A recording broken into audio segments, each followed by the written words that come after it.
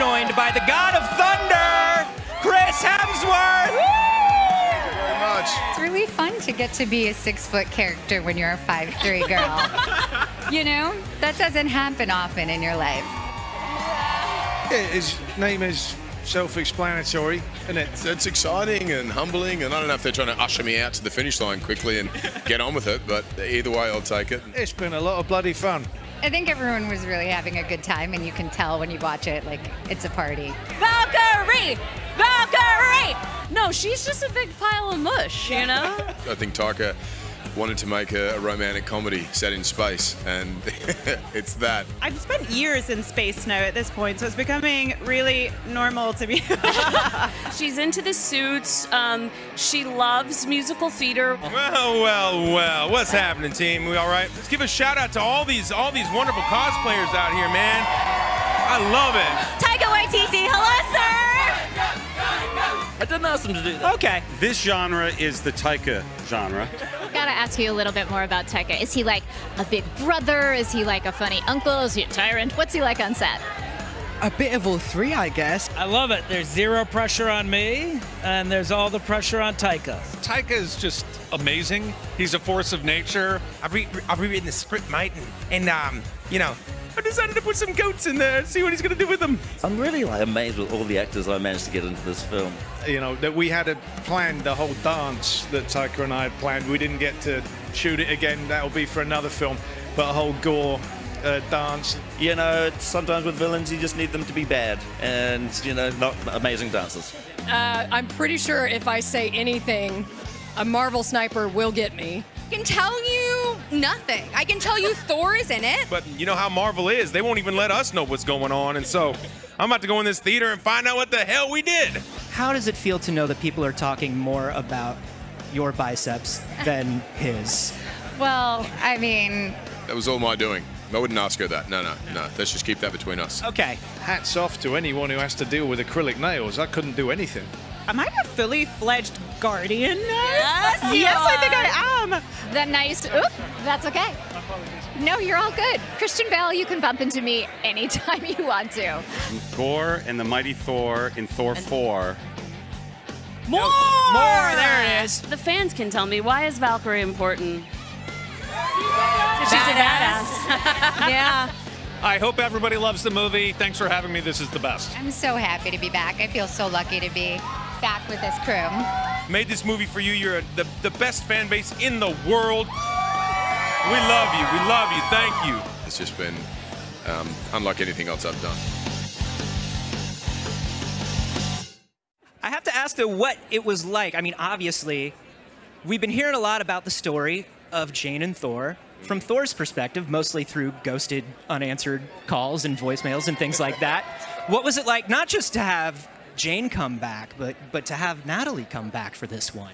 Fantastic. I started this journey with Natalie 11, 12 years ago, and Taika pitched this story to me a few years ago, and I was thrilled and excited, but mostly to work with Natalie again. She's a dear friend and incredibly talented, and I love what she had done in the previous films.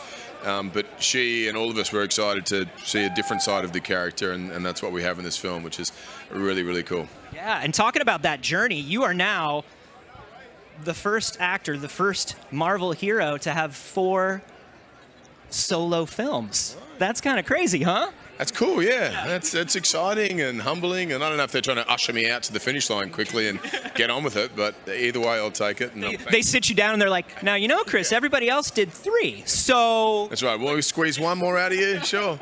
Look, I've loved every step of this journey, and each time I do a Marvel film, I think this is the last one, and not for me, but I think someone's going to be sick of me, and to be asked back again and again, and to be here with 8 or 9 films now with Marvel is a dream. So. Well, we saw a real shift in Thor around in Ragnarok, and it seems like you get to have a lot of fun with these. Absolutely. And look, each film we got the opportunity to do something very different, and that comes from working with different directors, having a different story, different scripts.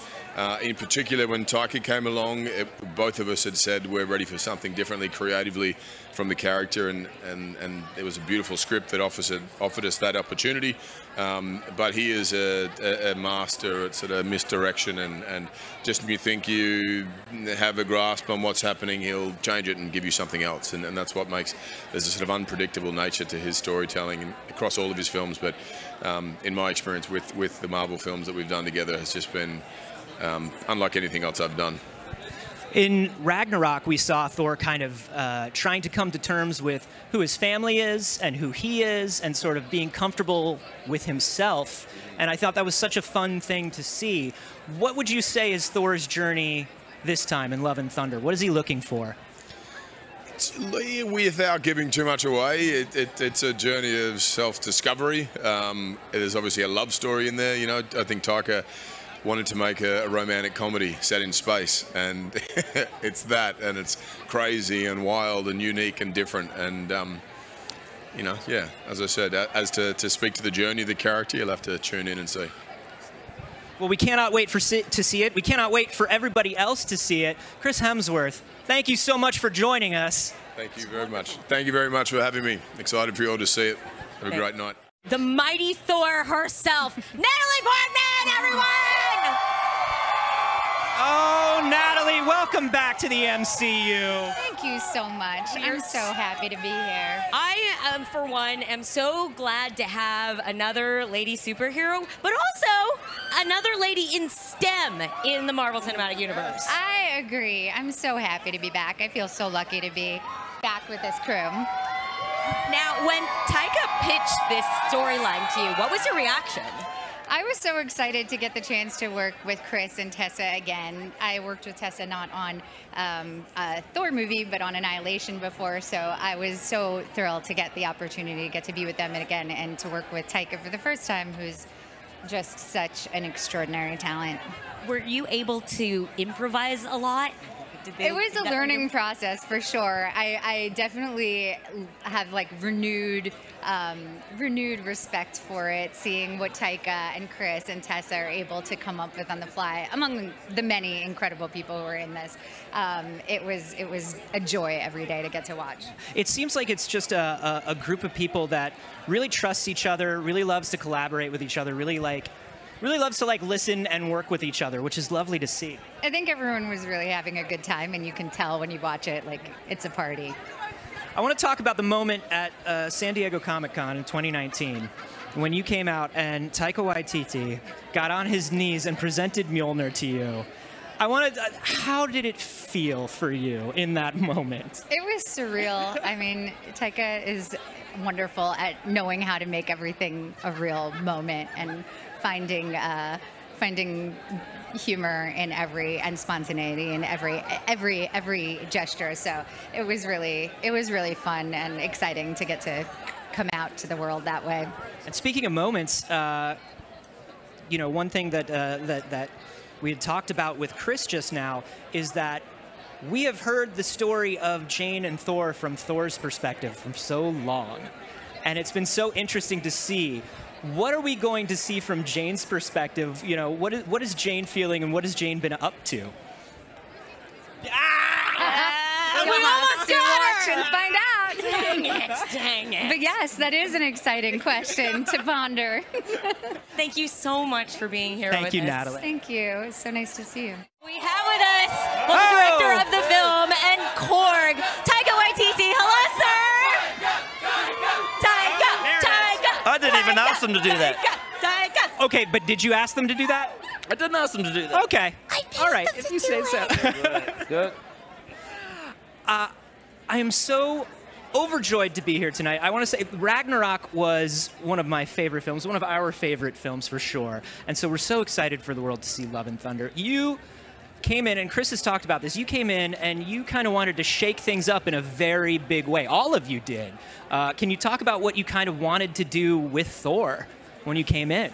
On the first one, it was really just about working with Chris's strengths. I'm good friends with him, and he's he's just the kind of guy that you want to be on an adventure with in real life. And so, we just wanted to like really embrace that and work with his strengths, which is he's just good at everything. And so, and then on this new one, we wanted to take it a little further and introduce this concept of love and what that means to Thor. I want to ask, you said you wanted to tell a love story. Why was it so important to bring Jane back now and tell this story? Well, because she's a beloved character, and also Natalie's a beloved actor, and and I've got a lot of love for her. I've admired her for many years, and even just to have the chance just to work with her was huge for me, and to bring her back and to take that character from the comics, the Mighty Thor, and for her to hold the hammer, it's just a beautiful progression and evolution of the franchise. I heard that you went to her house personally and pitched the storyline to her. Yeah, I dropped off some comic books with that storyline in it, but yeah, I think it's these films. Luckily, Ragnarok, I think, was probably something that that really maybe opened that door a little bit more. Yeah. People saw what you could do with it. Yeah. Now, we're also introducing some other characters that I love from that same run of comics and a little bit later, with especially Gorr, the God Butcher. I love it. What made you choose Gorr for the villain? Well, at Marvel, so me and Brad Winderbaum, right from the start, we were thinking about what we were going to do. We wanted Jane as Mighty Thor. We'd always loved Gorr. We always loved that comic run, and so that really was like the first idea for a villain, was to bring him in, and then to get Christian was just that was just like, for me, again, I'm really amazed with all the actors I managed to get into this film, real heavyweights, and yeah, it's been amazing. Now, Christian said that their cut from the film is a Gorr dance number. Can you explain or show us any of this Gorr dance that exists? I can't show it to you because it's Christian owns that. That's his. He copyrights his dances. I don't know if you know that about him. That's right. But yeah, I wanted to. We were just exploring different ways, with villains of what we could do with them, and that was an idea that came about. And sometimes with villains you just need them to be bad and not amazing dancers. Yeah, that's the problem, is if you see Christian dance, you immediately weep with joy, and that doesn't work for a villain. No, it's not going to work. Too relatable a villain. Yeah. Yes. Thank you so much for Thank talking you to guys. us today. We are so excited to show the world this movie. I'm very excited. Taika Waititi! We are here with Mr. Christian Bale, who plays Gorr the God Butcher.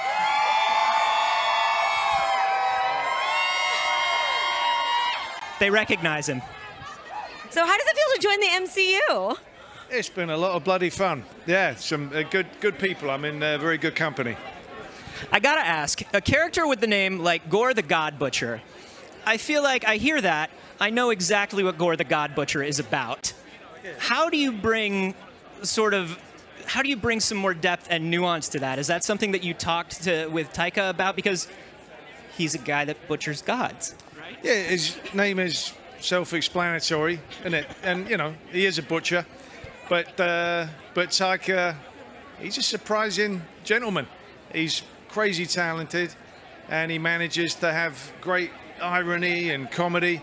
But it's also very moving, this film, and that's where the whole kind of nuances that you're talking about come into play in this film. See, he was just doing that thing that we have to do where we just talked around something. But I get what you're saying. I heard from people on the set, Tessa and Chris, they said, we really enjoyed working with Christian, but we were almost kind of terrified to talk to him when he was done up as Gorr. He was almost too frightening to speak to when he was on set. It was a little creepy. Obviously, I looked at Nosferatu as an influence, and also I love Aphex Twin videos, yes. Come to Daddy, that, right? Now, you can't do that full on and still have it be a family-friendly film. People would be running for the exits. But believe me, we did shoot that. And then, I gave Taika lots of choices there, but I don't blame him. He was a creepy fellow to be around. And then on top of that, I had these fangs, so I couldn't really talk to anybody because every time so I just gave up. That's another thing is you underwent a complete makeup transformation, and that happened every single day. What was it like having to sit in the chair for all of that? Did it get easier? You got to go to a Zen place. I've done it a few times in my career. I kind of didn't realize I was going to do it on this one, actually, but the special effects makeup artists, Adam Johansson and Carla and Emily, they are as responsible as I am for creating this character. And I had a great time. They were wonderful characters, and it was a nice little transition into the weirdness of Gorr each and every morning. That transition was not only makeup and hair and costume, but movement and speech as well. Can you talk us through a little bit of that process? Yeah, you know, you don't really know what you're going to do until you're looking in the mirror, especially with something with that much prosthetics. And, you know, that we had planned the whole dance that Taika and I had planned. We didn't get to shoot it again. That'll be for another film. But a whole Gorr dance, and so with a lot of his movements and styles. And I had to teach that to my wonderful stunt doubles as well, who adopted this movement very well. I love that. We were robbed, everyone. We were robbed. So much of it was because I was having to deal with these very long acrylic nails, which hats off to anyone who has to deal with acrylic nails. I couldn't do anything all day with them. But I love how much you find the enjoyment in this. I mean, you know, you obviously have to, but it comes through so much in the performance and in the character of Gorr. I was just overjoyed every time you were on screen. It was so much fun to watch Gorr doing his thing. You're obviously a very sick man. Yes! Be overjoyed to watch a god butcher doing his butchering. You know, that's between me and my counselor, but yeah, you're not too far off. But that's the thing, though, is that I was saying this earlier, that every enemy in the MCU, there's a grain of truth in what they say, and they have a lot of their supporters. How do you feel like there was something with Gorr that would make everybody go, he's kind of right? Well, I mean, let's make no mistake, he is a butcher, he is a monster, but yeah, there might be something that you see where you go, I'm a little conflicted here. You might just find a little bit of understanding in him. We look forward to getting to know and understand him more. Thank you so much for talking with us, Mr. Bale. Christian Bale, everybody! The man, the myth, the legend, Kevin Feige! Hello. This is so wonderful. 29 Marvel films now with Love and Thunder. And and the momentum is just picking up. How is it feeling? It feels amazing. It feels amazing every time we're on this carpet. It feels amazing. This is our first solo part 4. So that's exciting, and that look at the energy here and the enthusiasm for this movie. I said to Chris, I said, this feels like, you know, your first one. It's awesome. And Taika, we had to go out of our way to not call it Ragnarok 2. And it's not, as Taika will tell you, but it's that renewed Taika energy followed us in for years and years into this movie. I think we all sort of fell in love with the world that he created in Thor, and so what we can feel like we can safely say what the tone might be for this one, but what's the genre of this one? Because every Marvel film is pretty much a different genre. This genre is the Taika genre. It's the Taika Waititi genre, which is onto itself. And as he said, there is a ton of fun, as you've seen in all the trailers. But Taika did say, I don't want to do Ragnarok 2. I want to tell a new story. And the title is there. I mean, there is a lot of emotion in this, which in Ragnarok, but particularly in many of Taika's other movies, you see that balance. And that's really what the entire cast brings in this one. And I know that, you know, we've talked before, you were a huge comics guy before you got into this. How did it feel to be sort of adapting this Jason Aaron run, which was a hugely influential run, and bringing back Jane as Thor, which was a hugely influential run on the comics? 2 great runs, and that was Taika saying these are 2 great stories. They were influential for him on Ragnarok, even just getting the tone and getting the idea of what that movie could be and how the continuation of the Thor franchise could be. And that both Gorr and the Mighty Thor are in this. Gorr and the Mighty Thor in Thor 4. More! More! There it is. Why didn't I think of that? We're here with Tessa Thompson, King Valkyrie. How's Valkyrie doing with the position of king? Because I feel like she's loving all of the power suits very much, but the rest of it may not be for her. The power itself, maybe no. No, she's into the suits. She loves musical theater, which is why she's wearing a Phantom of the Opera sweatshirt. She loves being on Earth. She loves all the folks that cosplay. That's her favorite. She just doesn't, she's not great with paperwork. Her and Meek are struggling a little bit in the bureaucracy. But they understand dress for the job you want. Yeah, absolutely. No, they're really excited to be fashionable. We were really inspired, Myas, the costume designer who's brilliant, by Frida Kahlo and her three-piece suits. But it's really fun to imagine what she's like on Earth. And I do love that she came to Earth, and because she's such a, number one, she was a new character to everybody in Ragnarok and immediately became a fan favorite, which must have been wonderful for you. It was an amazing surprise. But also, we really think of her as like sort of a closed-off badass, and so to see that the closed-off badass enjoys musicals and enjoys these kind of like cosplays and things on Earth is a really fun insight into her character. No, she's just a big pile of mush, you know? When we met her in Ragnarok, she had a lot of trauma, and she was, she was really missing her sisters, and she was healing, but she's much healthier now, much happier, but still as adventurous as she ever was. And working with, with Taika and Chris and everybody again, I'm sure was wonderful. But how did it feel to have Natalie and some of the other kind of classic Thor castmates in for the first time with you? It felt amazing. I'm a fan of these films. Natalie and I are friends outside of making these movies. And so, they sort of have the spirit of summer camp anyways. And then to have a friend come along, and it was so fun to finally see her have a cape and enter a universe that was familiar to her, but as a superhero.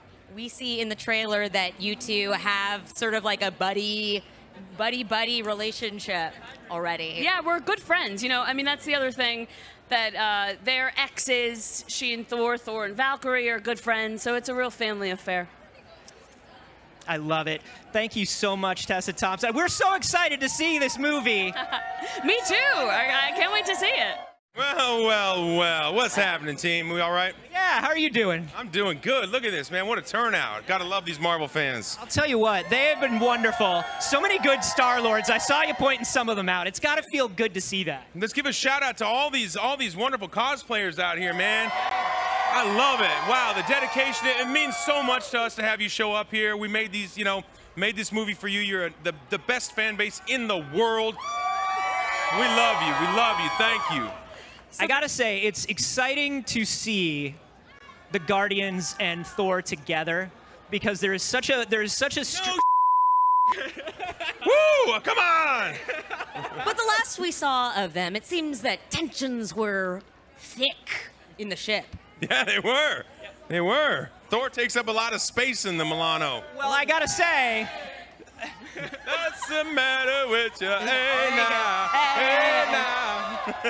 But I gotta say, Thor and Star-Lord, very similar dudes with very similar egos, and having the two of them together has got to be a very interesting thing, and it must have been a fun thing to play out. Oh yeah, well, we'll see. It was a fun thing when we did it with the Russo brothers directing us on Avengers, on Endgame. At the end of that, I thought it was a lot of fun.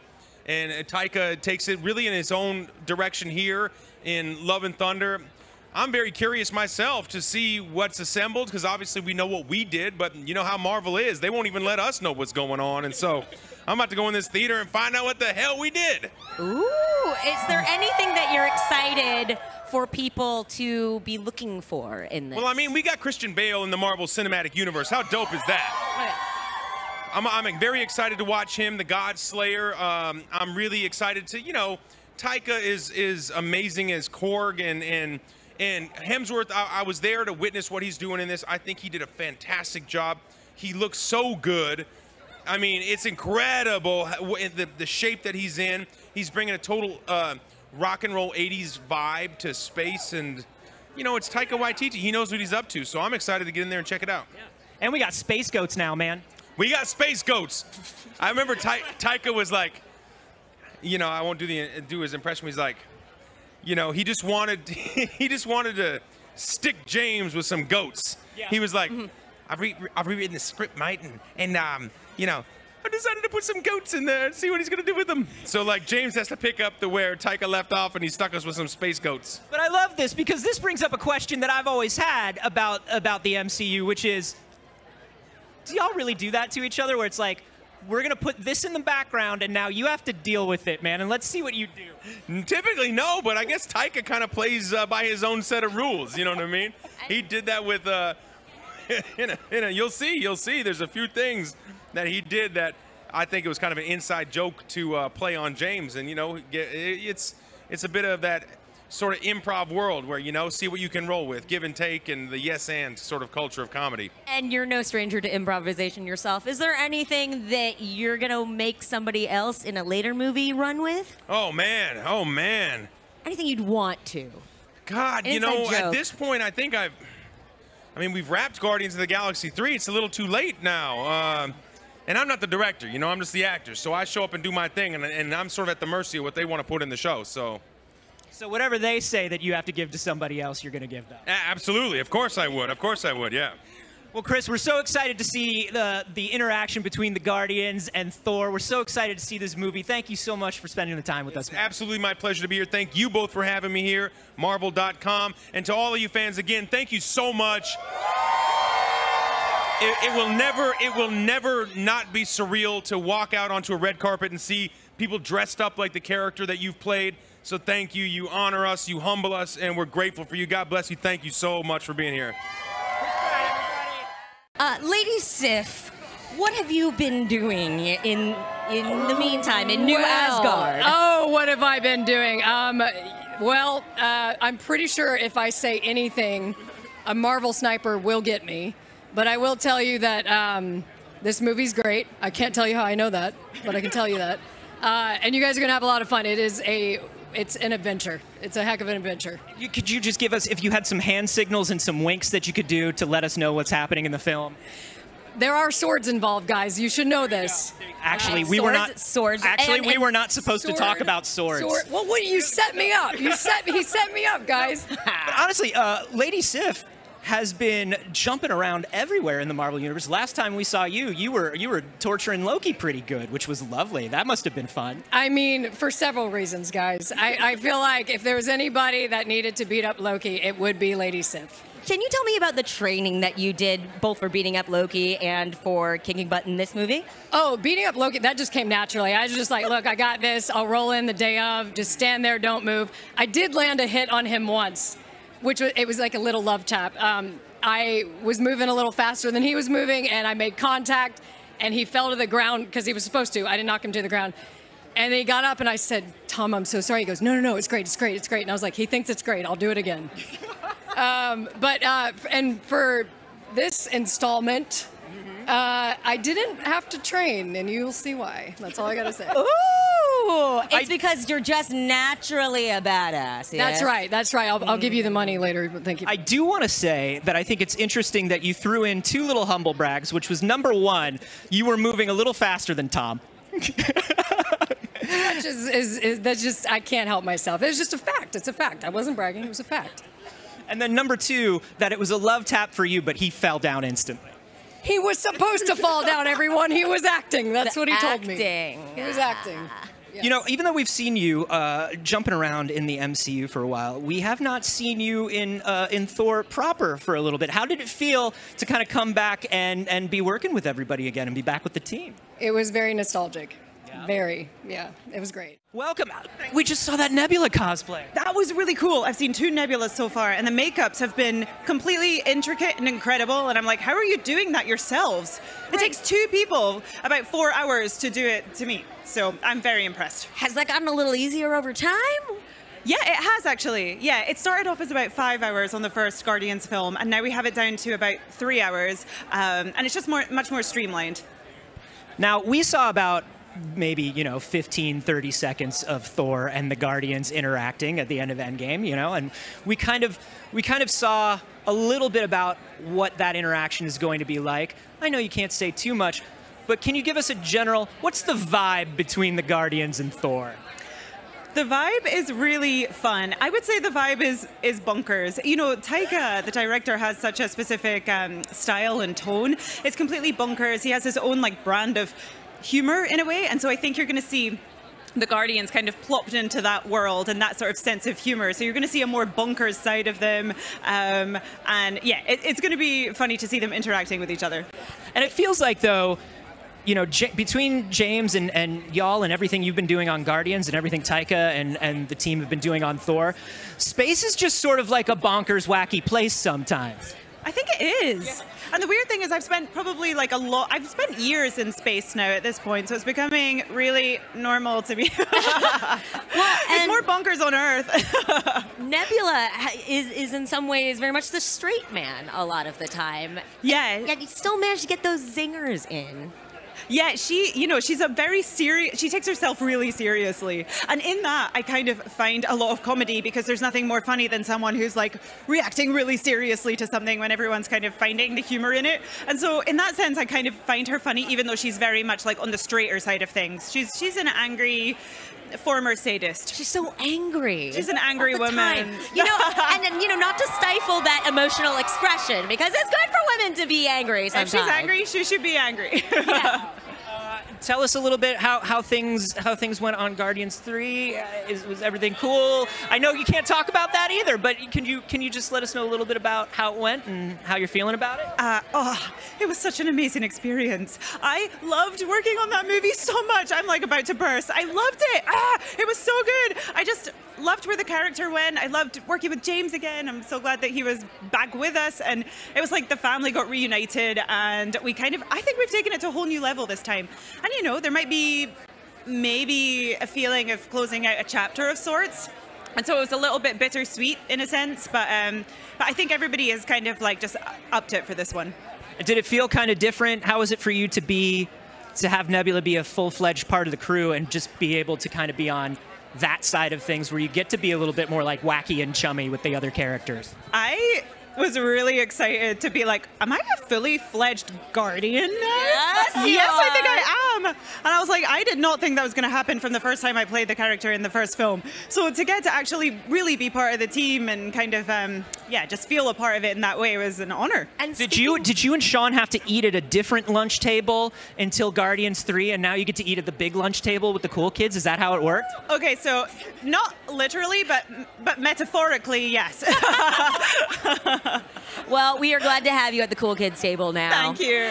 Thank you so much for talking with us, Karen. Thank you so much. We are joined right now by somebody that we are very excited to talk to, Jennifer Kaytin Robinson, co-writer of Thor Love and Thunder. Yeah. Previous to this, you worked as a consulting producer on Hawkeye, and that was your first entry into the MCU. How has it been, and what was it like working with Taika on kind of creating this new Thor movie? Okay, I feel like people use this word a lot in this industry, and we all talk in hyperbole, but I really mean this genuinely when I say Taika is a genius. And being able to be around him and to learn from him and to just watch him work was the coolest thing I've ever experienced in this industry. It is like, if you ever have the opportunity to co-write a movie with Taika Waititi, I highly recommend it. Okay. I'll make a note of that. Yes. So he also famously does a lot of improvisation. Were there moments that the cast found or that he found that you went, oh, I got to expand on that? Yeah, I mean, it was such a living kind of document the entire time, the script, and it was like we would have something and then we would get there in the morning and then we would change it, and then 10 minutes later we would change it, and it was just like it kept evolving, and it was such a collaboration between myself, Taika, the actors, Brian Chapek, our producer, like everybody involved, Brad Winderbaum, like Kevin, everybody involved really has a piece of this film in such a special way because Taika fosters an environment where everybody has a voice. That's so wonderful. And I am so excited for people to see this movie, Jennifer, because I think it is so funny and so sweet and so wonderful. Thank you so much for joining us. Of course. Thank you for having me. I am here with executive producer Victoria Alonso, and we were just talking about the amazingness of Taika Waititi. We are so blessed to have his talent, his joy, and his never-ending energy to bring another Thor to the world. How exciting is that, right? I mean, we started, I know, Thor 4. That's a hard one to say, Thor 4, especially for a foreigner. I was trying to start a 4 for Thor chant, and then I realized how hard it is to say. 4 for Thor for blah, blah, blah, blah. Thor for the, no, that would be a big, yeah, that would be a difficult one, yeah. No, but it's super exciting to have him and the mighty Thor. So we have Miss Portman as well, which is, again, another privilege. I have to ask you about the origin story of how you all decided that this was the right time for the Mighty Thor and bringing in this story from the comics. Well, we have a trajectory where we have our regular Thor, and then as you can see when you go see the movie, I'm not going to give you a lot of details because otherwise you're not going to go see it, and I expect you all to see it at least 4 times, that it makes absolute sense how to get her there, and in this love story to make sure that the mighty of the two of them could unite. It's really beautiful, and it's really funny, and there's this beautiful relationship between Valkyrie and this beautiful friendship. Can you talk about bringing that to the screen without spoilers? I think it's a true buddy. They're buddies. I mean, Thor and Valkyrie are buddies, and she's doing the job that he said, I don't want to do. Please be king and take it over. And I think that throughout their time together, they learn about each other, and they not only do they learn about how to meander through this world, but also to be friends, to be true friends and support one another. And that's one of the joys of watching this film, watching all the friendships over time. Thor has been on such a journey, and this film has been on a technological journey. Can you give us insight into working with the volume and what that production process was like? You know, every year we get some new development in technology, and I think having the volume and to be honest with you, for the actors is so important, because all of a sudden they don't walk into a green screen world, they walk into perhaps the world that it would, or if it's not partial, is full of the world that they're going to be living. So it's super helpful to the characters, and it's new technology, so there's a lot to do, a lot to learn about it. I always have all kinds of criticism, as people know, to make it better, so we can do it to make it better. Well, that's your job. Thank you for pushing the envelope all the time. It's such a joy to always talk to you. Thanks for talking to the fans. I just want to say to all the fans out there, thank you for your support. COVID is not over, but we're getting better, so thank you. And every format is available, so please go see it in any format all over the world. Thank you. 2D, 3D, 4D, 4 Thor. All of them. 4 Thor, all of them. All right, have a great time tonight. Enjoy the movie. Thank you. I am here with Sean Gunn, aka Kraglin. How are you doing? I'm doing awesome. I couldn't be better, I guess. I'm very happy to be here. Well, you were just saying that it's cool to come here because you're seeing so many friends on the carpet. Is there anyone in particular you're reuniting with or seeing? I haven't seen, the Guardians, we just wrapped Guardians 3, a handful of weeks ago. So I've seen them a little more recently. But some of the other people, Chris and Taika and Tessa, I haven't seen them since we shot the movie. So it'll be great to see everybody and to see the movie. I know, that's the fun part of this. You're going to finally see it in a theater with people. Wait, I have to ask you what it was like working with Taika, because obviously you and James have worked together a lot on the Guardians. Yes. So what's it like being under someone else? Taika is just amazing. He's a force of nature, and I kind of couldn't believe how fun his set is. It's very much, he's very chill and kind of anything goes, and it's a great situation to sort of let loose and let your best self come out. He's very different from my brother. My brother's very different from the Russos. The Russos are very different from Taika. All directors are different, and I love that. That's what makes movies unique, right? And yet you get to bring Kraglin to all of them. So I am curious, what is the one thing that Kraglin you kind of keep consistent for each time we see him? Well, for Kraglin, I'm always aware that Kraglin is on quite a journey, from the first movie to the second movie to now what we're going to see in Thor, and then there's a lot. I don't want.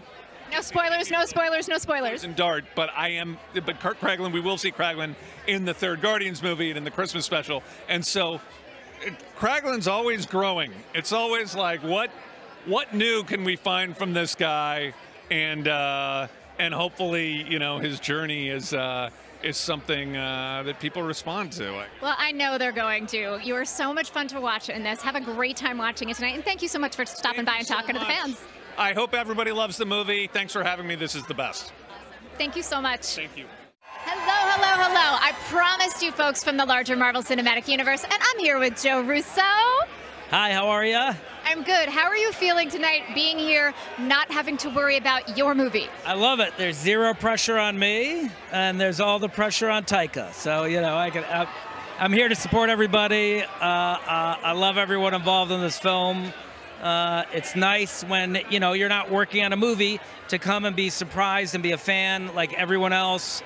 Get excited. I brought my kids with me, so, you know, we're here to have fun. I love that. And I love the fact that, speaking of family, the Marvel group of directors really does seem like you've got this familial, collaborative thing going on. Can you talk about what your relationships are like together? Because you work with characters over different movies together. For sure. I mean, this is a group that has spent a lot of time together over the last decade, collaborating with each other, building out this mosaic of stories. We're all very close. I talk to Taika all the time. He's one of my favorite filmmakers on the planet. I love watching anything that he does. He's so unique and individual and inspiring with his work.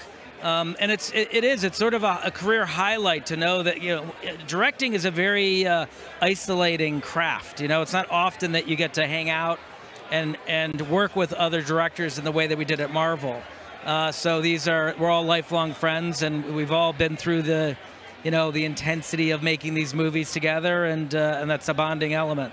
I feel like along those lines, I should ask you for advice on how to have good brotherly relationships. You know, Sean Gunn was here before. He's worked with his brother. You direct with your brother. The Thor movies have talked so much about brother relationships. What's your advice for good brother relationships? Well, my advice for good brother relationships, well, if you work together, leave it at work. Never take it home, you know. But you know, family's everything. It really is. Like, my brother and I would have never made it through those movies, 4 films in 7 years, back-to-back Avengers movies, without each other. We really wouldn't have. And we would have made it through without the collaboration of everyone else. So, you know, Marvel really is a family. It really is a very strong, close-knit community where everybody is very supportive of each other, helps each other through really large, difficult projects. And so my advice is, you know, be kind and work hard. And my last question for you, that's great advice. My last question for you is, you've had the really unique experience of directing actors who play characters that were originated in other films that you've had to bring into your film. How do you do that as a director? Remain true, yet still put your stamp on them? We love that. I mean, it's interesting to take elements that are pre-existing and put them together in ways that are surprising or different. That's another great thing about Marvel, is that, you know, everyone can express themselves in their own way. We direct very differently than Taika directs, very differently than Ryan or James directs, and you know, so we're all bringing something very different to this giant collaboration. I think that's what makes it exciting for the fans, and that's what keeps the movie surprising. Well, thank you so much for showing up. This movie is called Love and Thunder, and it's great to see you bring in so much love to the Marvel Cinematic family. I'm ready for some Love and Thunder. I have to ask, what was it like when you got that call saying that you had booked this film? Lots and lots of screaming. Lots and lots of screaming. The good kind, I hope. Oh, yeah, the good kind, yeah. I was kind of shocked at first, I guess. I couldn't believe it. And then when they flew us out to Australia, and it was crazy. So what was it like filming in Australia? I mean, don't give us any spoilers, of course, but what was it like being down there with the cast? It was really great. I mean, the cast are amazing. They were so nice. Chris, Taika, all of them, they were really nice. It was really nice. I could learn from them as well, because obviously they've been acting for a long time. They've been playing their parts for a long time, so I learned a lot from them. It was really great to just be able to watch them and see how they work with improvisation and stuff like that as well. So I want to ask you more about that, actually. You know, is there something that you learned from them that you think now you'll take to other sets with you? Anything in particular that you'd pass along to other people? Yeah, probably improvisation, because I hadn't done much of that before. And obviously Taika, he loves improvising, he loves trying out new stuff, and it's crazy, it's really nice. So I guess I could take that elsewhere when I do other films and stuff like that, and I'll be able to just have fun and play around with lines and stuff like that. I've got to ask you a little bit more about Taika. If you were sort of going to describe like the role he plays, the style of directing, is he like a big brother? Is he like a funny uncle? Is he a tyrant? What's he like on set? A bit of all three, I guess. He's a funny uncle. He's a big brother. He's just great to have on set. He's really nice to talk to. Really helps you. He's just a great director, and obviously he acts in the film as well, which is really cool. But yeah, he's been great. He's amazing, and he really helped me to feel comfortable and be able to play my role as I should. And yeah. Well, you know, we know it was a combination of digital sets and real sets. What was that like for you? Oh, that was really crazy, because obviously there were some blue screens where they had CGI, and then they built real sets, which was really amazing, and it was incredible because the sets were so big, they were so bright, and yeah, it was really great. And on the blue screens, I guess it was a bit hard to film because you didn't know what was going to be there or what it was going to look like at the time. But yeah, it was great. Well, thank you so much for stopping by and talking to the fans. I'm so happy to be your first official Marvel Cinematic Universe red carpet. Have an amazing time tonight. Congrats. Hey, I am here with Lia McHugh, who many of you know as Sprite from Marvel Studios' The Eternals. Welcome to the red carpet. I'm so excited to be here. Thor is my favorite superhero out of everyone. You can watch all my interviews, that's all I say. I can't breathe, I'm so excited for this movie. All right, so when did you first fall in love with Thor? Oh my gosh. I mean, I've been a Marvel fan before any of this. I mean, before this crazy thing happened to me, since the very first movie, I think Thor was always my favorite. And what about the rest of the Asgardians? Do you have any that you hold near and dear? Loki and Thor are pretty close. I love them when they're together. They're funny. Well, that kind of makes sense, actually, because, you know, Sprite is, we'll call Sprite a bit of a gray character. You kind of never know which way they're coming from, and Loki's similar, right? Yeah, people compare her to Loki all the time. And so, being here, being in a Thor event, you know, we've got Stormbreaker, we've got the Hammer, we've got Zeus's Thunderbolt, or Zeus's Lightning Bolt. Which would you prefer to wield if you had the choice? The Hammer. I think the Hammer. Definitely. And where would you use it to travel to? Oh my gosh. I have no idea. I mean, I like the beach. I like summer vacation-y places, so like the Bahamas or somewhere fun. Well, it's pretty steamy here today, so a beach vacation makes sense. It's pretty hot. Well, there's going to be a lot of hotness on the carpet, so, you know, that's good. I'm so curious what it's been like for you, you know, after Marvel Studios' The Eternals was released, and you've been part of this larger MCU, coming to events like that. Can you talk to the fans about what that feels like? I mean, it's completely changed my life. Every time I come to a red carpet or anything, I always get so nervous and excited before, because I am so grateful and honored that I get to be here. I mean, I was a fangirl before any of this, and to just be able to come to like almost every Marvel movie red carpet is still insane to me, and I still am in awe every time I come here. And I mean, my life has changed so much, and I'm so grateful for all of it. Well, we love watching what you do on screen, and we're curious, you know, if there were something that you could say to the fans about, you know, just kind of what being a part of Marvel means to you and all of that. It's a family, it really is, and they treat you so incredibly well. It just makes you want to keep back and doing more and making more movies and working for them forever. Yeah, it's definitely a very special thing to be a part of. Well, we're so glad you're here, and thank you for stopping and talking to the fans. I'm going to let you go because I know you got to talk to other people and you want to see the movie, so have a great night. Wait to see the movie. I'm here with Louis D'Esposito, executive producer of Marvel Studios' Thor Love and Thunder. Welcome to your world premiere. Thank you. It's so great to be here. So for you, what was the moment where you were like, we need to do the mighty Thor storyline? Well, when you have an actor like Chris Hemsworth and Natalie Portman, you can't help but do it. They are phenomenal, and the rest of the cast is absolutely amazing too. So, you know, Chris has been with us a long time, and Natalie from the beginning, you know. So very complicated. You know what's great about him too, being from Asgard, he's a prince of Asgard, but yet very relatable. Father problems, brother problems, a lot of loss in his life. So he's very complicated and evolved, and there's a lot of story to tell. And the great thing about it, though, is we tell it with entertainment. He's so funny. So you have the heart, you have the soul, and you have the laughter with him. Well, one of the questions I wanted to ask you as a filmmaker is really this idea that over the years, Marvel has really earned the trust of all the fans. So with a film like this, you get to push boundaries, you get to do some incredible comedy. How does that feel to you as a filmmaker, knowing you've earned that trust from fans? Well, we don't really feel that way. You know, every film feels like we have to earn it again. And we're nervous. Every time we come out here, we're nervous. But we're doing it for the fans. This is what we're telling stories to entertain people. And it's a privilege and an honor to be able to do that. Wait, so I need to know then, when are you most nervous? Is it when you see the first cut? Is it that first moment in the theater for you? No, it's tonight. You know, tonight is the most nervous because we're showing it to the world for the first time. I've seen it 80, 90 times, so after a while it's very hard to be, we're very judgmental of our work. But now that we're sharing it with the rest of the world, yeah, tonight's the night. All right, well, get inside there, have some popcorn, and enjoy yourself because it's great. Great to see you. Hey, I am so happy to be here with Jason and Russell. Welcome to this world premiere. It's got to mean so much to you.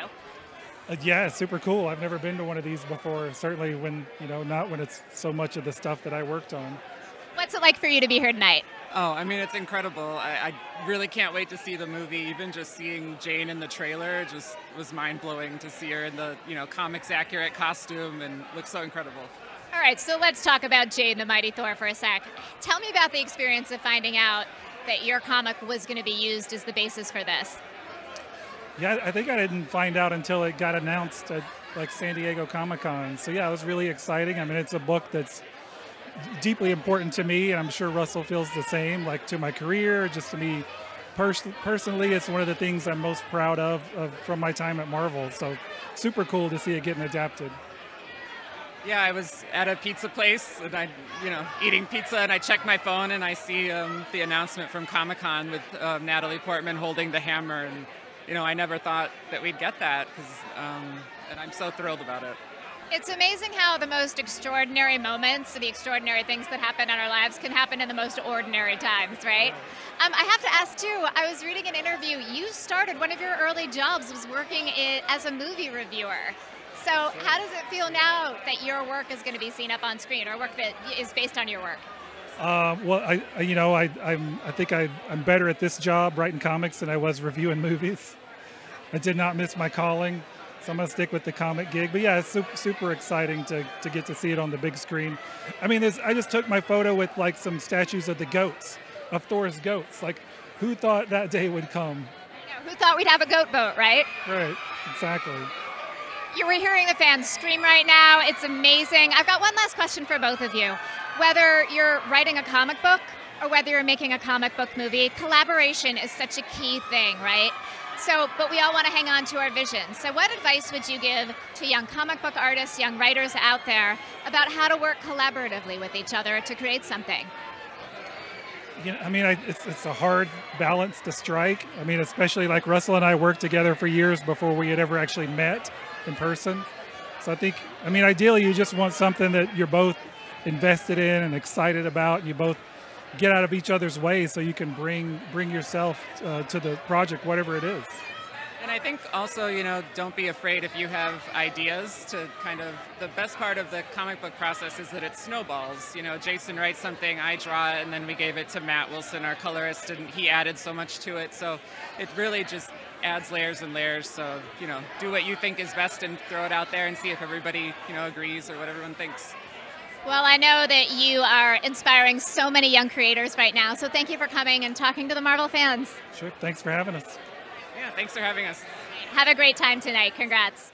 Brad Winderbaum and I are over here talking about Marvel Studios' Miss Marvel and how much we love it, and we're from Jersey. Yeah, exactly. When you're from that part of the world, it's like going home when you watch that show. It's incredible. It really is. I mean, I have to say, is it giving anything? I mean, it's aired, so I can say hearing the Bon Jovi music in it, oh my God. I know, it's incredible. The music, the score, everything about that show is amazing. Yeah, it's near and dear to my heart for sure. So you're not just involved in Disney Plus shows, which we'll get back to in a minute. You're also very, very involved in this movie. So tell us about what made it special for you and what you're excited for audiences to see. Well, Thor is obviously near and dear to my heart. Taika and I worked on Ragnarok together. That was such a labor of love. And now we're excited to bring Love and Thunder to the world, which is a completely different story, but it's so amazing and surprising in so many ways. So I have to ask too, you know, as a filmmaker, Marvel has really earned the trust of audiences over the years, and with this movie you get to do some absolutely wacky things. I mean, we have a space boat pulled by goats. What are the meetings like with Taika? What's he like in a meeting?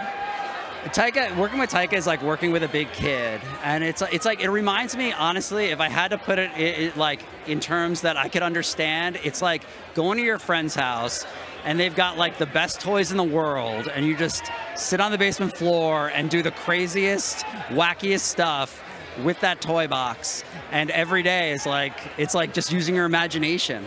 It's really inspiring to work with him. Oh my gosh, it sounds amazing. Well, I'm going to ask you one last question, then I know you've got to get inside. I do have to ask about Disney Plus. What are you excited for folks to see next? Disney Plus is so exciting because you get to explore so many different stories and push at new frontiers of who gets to tell those stories and what the subject of those stories are. And it's amazing what's coming down the pipe.